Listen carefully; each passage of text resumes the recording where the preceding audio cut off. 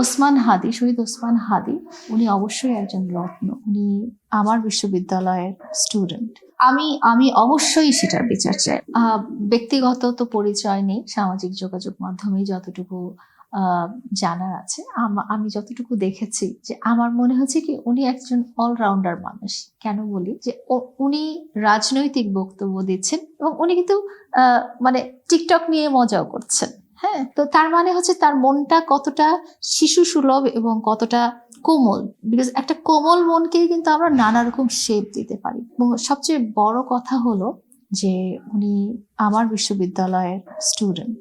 So যখন আমার বিশ্ববিদ্যালয়ের কোনো ছাত্রছাত্রীর ব্যাপার আসে, তখন সেটা আমাকে কষ্ট দেয়। এবং এই ধরনের মৃত্যু, যেটা অপমৃত্যু, তাকে হত্যা করা হয়েছে, তো এটা তো ডেফিনেটলি খুব সহজভাবে মেনে নেওয়ার ব্যাপার না, এবং সেটা আমাকে খুব বেশি কষ্ট দিয়েছে মনে। আপনাদেরকে আমি আরো বলতে চাই, বাংলাদেশের ইতিহাসে যতগুলো রাজনৈতিক আন্দোলন, যতগুলো রাজনৈতিক প্রেক্ষাপট, যতগুলো রাজনৈতিক দৃশ্যপট বদল হয়েছে, যতগুলো স্বৈরাচার পতন হয়েছে, সবগুলো শুরু হয়েছে ঢাকা বিশ্ববিদ্যালয় থেকে। এবং এই ঢাকা বিশ্ববিদ্যালয় কিন্তু সবাই পড়ালেখার সুযোগ পায় না। ওসমান হাদি, শহীদ ওসমান হাদি, উনি অবশ্যই একজন রত্ন। প্রথমত ঢাকা বিশ্ববিদ্যালয়ের ছাত্র হওয়ার জন্যই উনি একজন রত্ন। উনি একজন সংগ্রামী মানুষের সাথে সাথেও পাশে কিন্তু ওনার একটা শিশু সুলভ ব্যাপার ছিল। উনি একজন মমতাময়ী স্বামী এবং সন্তানের বাবাও কিন্তু ছিলেন।